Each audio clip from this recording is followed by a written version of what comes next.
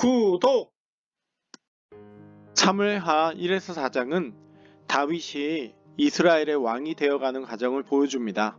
그런데 이 과정에는 라이벌들이 없는 게 아니었습니다. 그 라이벌들이 다윗의 앞길을 막을 수 있다는 점에서 다윗의 모습이 빛이 납니다.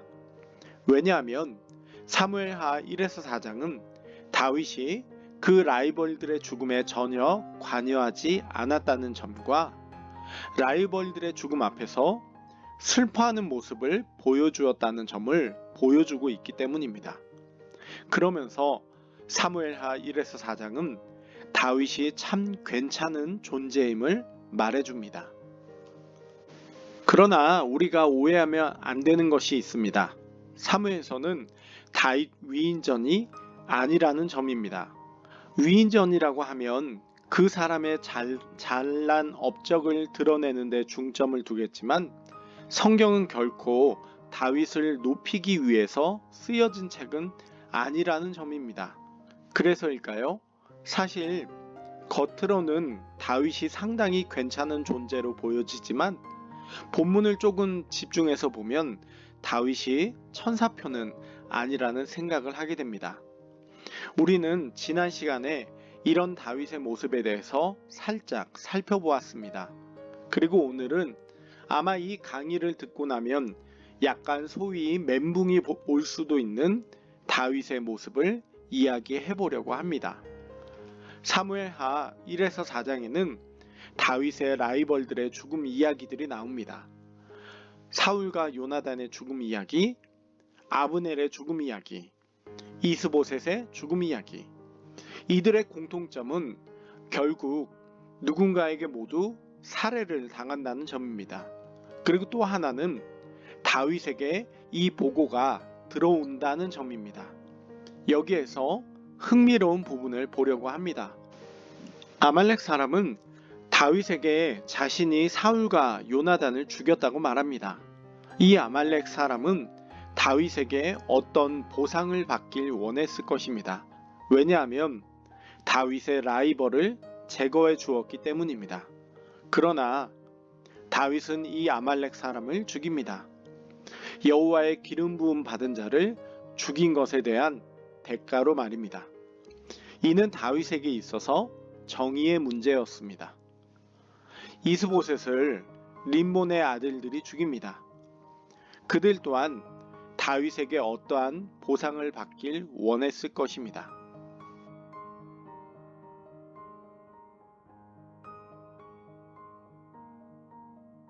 그러나 다윗은 림몬의 아들들을 죽입니다. 이 또한 정의의 문제였기 때문입니다.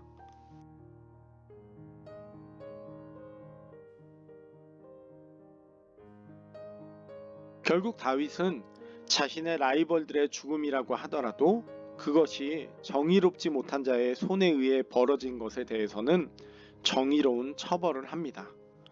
그런데 아브넬의 경우가 상당히 흥미롭습니다. 아브넬의 경우 우선 여러분이 알아야 될 두 가지 팩트가 있습니다.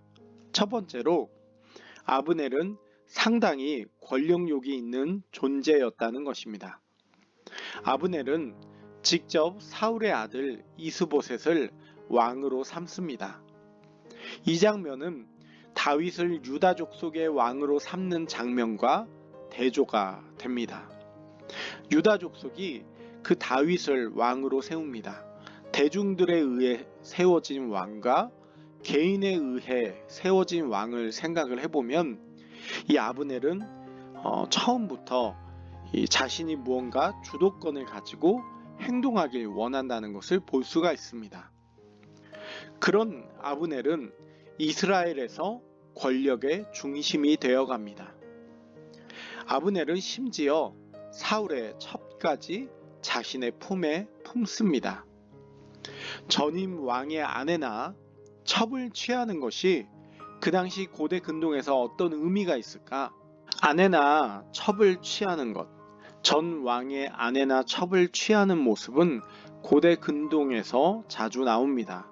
압살롬에게 아히도벨은 아버지의 후궁들과 동침하라고 말을 합니다. 또한 아도니아는 다윗을 간호했던 첩인 아비삭을 원했고, 이에 대해서 솔로몬은 왕권 쟁취 의도로 해석을 합니다. 아브넬이 사울의 첩을 취한 것에 대해서 이스보셋은 비난을 하고, 아브넬은 이제 비난을 받는 상황에서 다윗에게 권력을 옮겨주려고 합니다. 우리는 이러한 부분들만 봐도 아브넬이 얼마나 이스라엘에서 권력의 중심이었는지를 볼 수가 있습니다. 두 번째로 우리가 알아야 될 게 있습니다. 이스라엘의 총사령관 아브넬과 유다의 총사령관 요압은 악연이었다는 점입니다. 이스라엘과 유다가 전쟁을 합니다. 그때 아브넬은 요압의 동생 아사헬을 이 전쟁 중에 죽이게 됩니다. 우리가 이 부분에서 알 게 있습니다. 사실 아브넬은요, 이 아사헬을 몇 번이나 살려주려고 했다는 점입니다. 그러나 계속해서 자신을 죽이려고 쫓아오는 아사헬을 결국 아브넬은 죽이게 됩니다. 그렇기에 요압은 이 자신의 동생의 죽음에 대한 앙심을 가지게 됩니다. 그리고 이 아브넬이 다윗과 협상을 하려고 올 때 요압은 아브넬을 몰래 불러내면서 이 암살을 하게 됩니다. 평화로운 분위기 가운데서 이 몰래 그를 암살하는 이 나쁜 모습을 보여주게 됩니다. 자, 앞서 두 번의 라이벌들의 죽음에 대한 다윗의 대처를 우리는 보았습니다. 다윗은 비록 라이벌들이라고 하더라도 그들을 죽인 자들이 의롭게 행동하지 않는 것에 대해서는 정의의 문제로 대하며 그들을 죽임으로써 정의를 실현했습니다. 그렇다면 이번에 아브넬의 경우는 어떻습니까? 당연히 그를 암살한 요압을 죽여서 정의를 실현해야만 했습니다. 그러나 다윗은 그렇게 하지 않습니다. 아브넬을 죽인 요압을 죽이지 않는 다윗. 누군가는 이렇게 말할지도 모릅니다. 요압을 죽이지 않는 것이 이 다윗이 이건 정의의 문제가 아니라고 보기 때문은 아닐까, 이렇게 말입니다. 아닙니다. 다윗은 앞선 사울과 요나단, 이스보셋의 경우처럼 아브넬의 죽음이 억울한 죽음을 당했다고, 옳지 못하다고 보고 있습니다.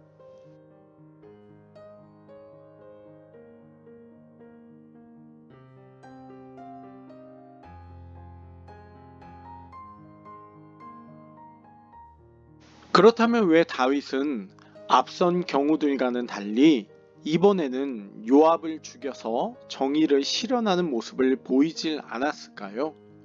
이에 대한 다윗의 이유는 이렇습니다. 다윗이 자신이 약하기 때문에 그렇게 할 수가 없다라는 것입니다. 이 사건에 대해서 우리는 두 가지 태도를 취할 수가 있습니다. 첫 번째는 다윗의 말을 그대로 믿어주는 것입니다. 다윗이 약해서 정의의 복수를 할 수 없었다고 말입니다. 두 번째는 다윗의 말에 의심을 품는 것입니다. 다윗 자신이 약했다고 말했던 것이 쇼는 아니었을까? 지금 다윗이 신하들에게 이 말을 하고 있음을 생각해 보시길 바랍니다. 또 누군가는 말할지도 모릅니다. 다윗이 요압의 경우에는 꼭 사형을 내릴 정도의 일이 아니라고 생각했기 때문에, 죽일 만한 일은 아니라고 생각했기 때문에 칼을 안 댄 것이 아니냐고 말입니다. 아닙니다. 다윗은 죽을 때 유언으로 솔로몬에게 요압을 죽일 것을 명합니다. 그 이유 중에 하나가 바로 아브넬 건이었습니다.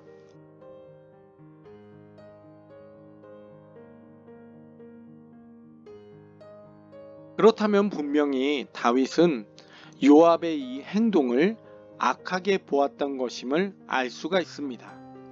자, 다시 두 개의 질문으로 돌아가겠습니다. 다윗, 약해서 정의를 세우지 못한 것일까? 아니면 정의를 세우는 일을 안 했던 것일까? 실제로 약하기에 안 했을 수도 있습니다.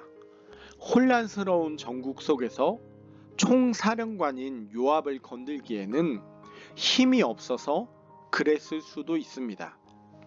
그런데 의문이 듭니다. 그렇다면 다윗 왕국 초창기는 그렇다 쳐도 부흥했던 중반기에는 왜 그랬을까라는 것입니다. 우리는 다윗 왕국이 밧세바 사건 전까지 이 시간이 지나면 지날수록 강력했던 것을 볼 수가 있습니다. 충분히 다윗에게는 힘이 있었습니다. 누군가는 왕국에 힘이 있어도 요압의 파워가 너무나도 강력해서 다윗이 손을 대지 못했다, 이렇게 말할지도 모릅니다. 하지만 그렇다면 솔로몬이 어떻게 요압을 죽일 수가 있었겠습니까? 그때는 더욱더 혼란했던 시기였는데 말입니다. 그렇기 때문에 우리는 자연스럽게 못한 게 아니라 안 한 게 아닐까라는 생각이 듭니다. 왜냐하면 요압은 다윗이 써먹기 아주 유용한 카드였기 때문입니다. 다윗 왕권에 있어서 아주 든든한 보험 같은 게 요압이었습니다. 그 이후에도 요압은 계속해서 다윗의 체스말로서 전쟁에 투입이 되기 때문입니다.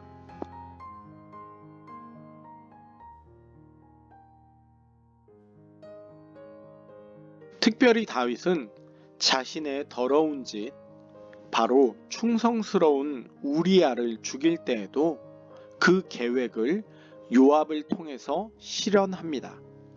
이렇게 요압은 다윗이 사용하기 아주 좋은 카드이자 이 보험이었습니다. 물론 우리는 다윗이 사무엘하 3장에서 요압을 건드리지 못하겠다고, 건드리지 않겠다고 말하는 다윗이 밧세바 사건을 염두에 두고 이런 말을 했다고 말할 수 없습니다. 미래에 일어날 일을 예견하고 그런 말을 하지는 않았겠죠. 그런 더러운 계획을 실현하기 위해 죄를 살려둬야지, 이렇게 말할 수는 전혀 없습니다. 하지만 적어도 다윗의 머릿속에는 요압은 충분히 사용하기 좋은 조커와도 같은 것이었고, 이를 위해서 요압을 죽이지 않았음을 생각해 볼 수가 있습니다. 다윗만큼 어린 시절부터 눈칫밥 먹으며 살아온 인생은 없을 것 같습니다. 그가 왕이 되기까지 일평생 그의 삶은 눈칫밥으로 살아온 인생이라고 해도 과언이 아닙니다. 그렇기에 이때의 다윗이 얼마나 능구렁이가 가득한 사람이었는지는 우리가 충분히 짐작해 볼 수가 있습니다. 그는 이미 정치 구단으로서 자신에게 무엇이 유리한지를 알고 있는 사람인 것입니다.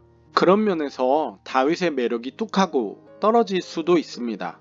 다윗이 능구렁이 인간이었다는 것에 이전에 천사표 다윗인 줄로만 알았던 사람들이 있다면 시험 들지도 모르겠습니다. 하지만 여러분이 한 가지 알아야 될 것이 있습니다.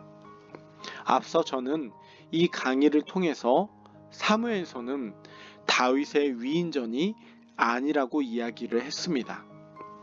사무엘서는 성자 다윗을 보여주지 않습니다. 위인 다윗을 보여주지 않습니다. 다른 인물들처럼 참 냄새나는 다윗의 모습도 보여주고 있습니다. 우리가 착각하면 안 되는 게 있습니다. 우리가 믿는 게 하나님이지 다윗이 아니라는 점입니다. 저는 개인적으로 이 다윗의 모습에서 연약한 우리네 모습을 봅니다.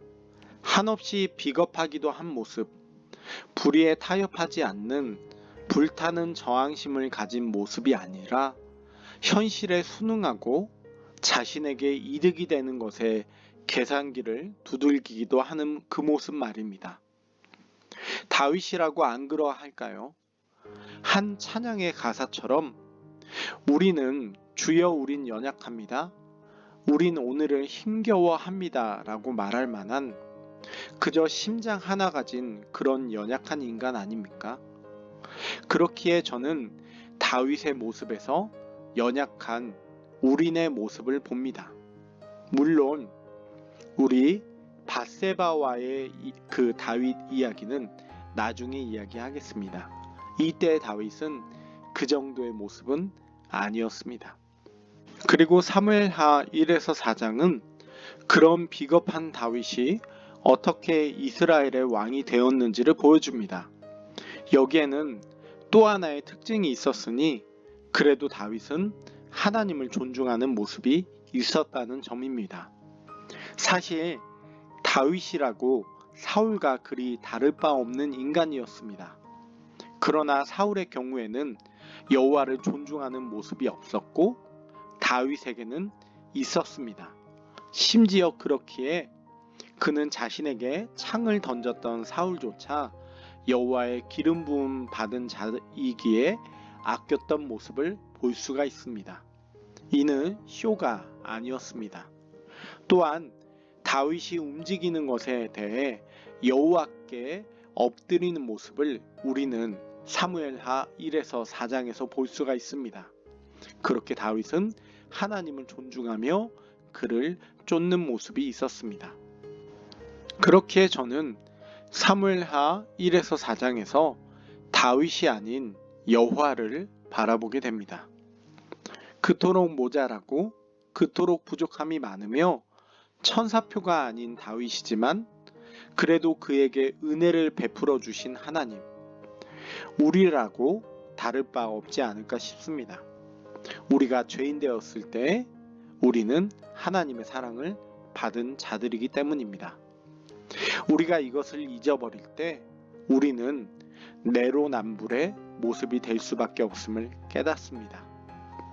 그렇기에 사무엘하 1에서 4장의 결론을 이렇게 맺고 싶습니다.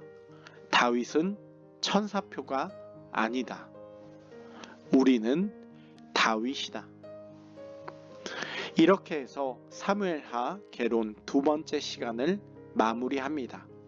이제 우리는 승승장구해가는 다윗 왕국의 모습에 대해서 다음 시간에 살펴보겠습니다.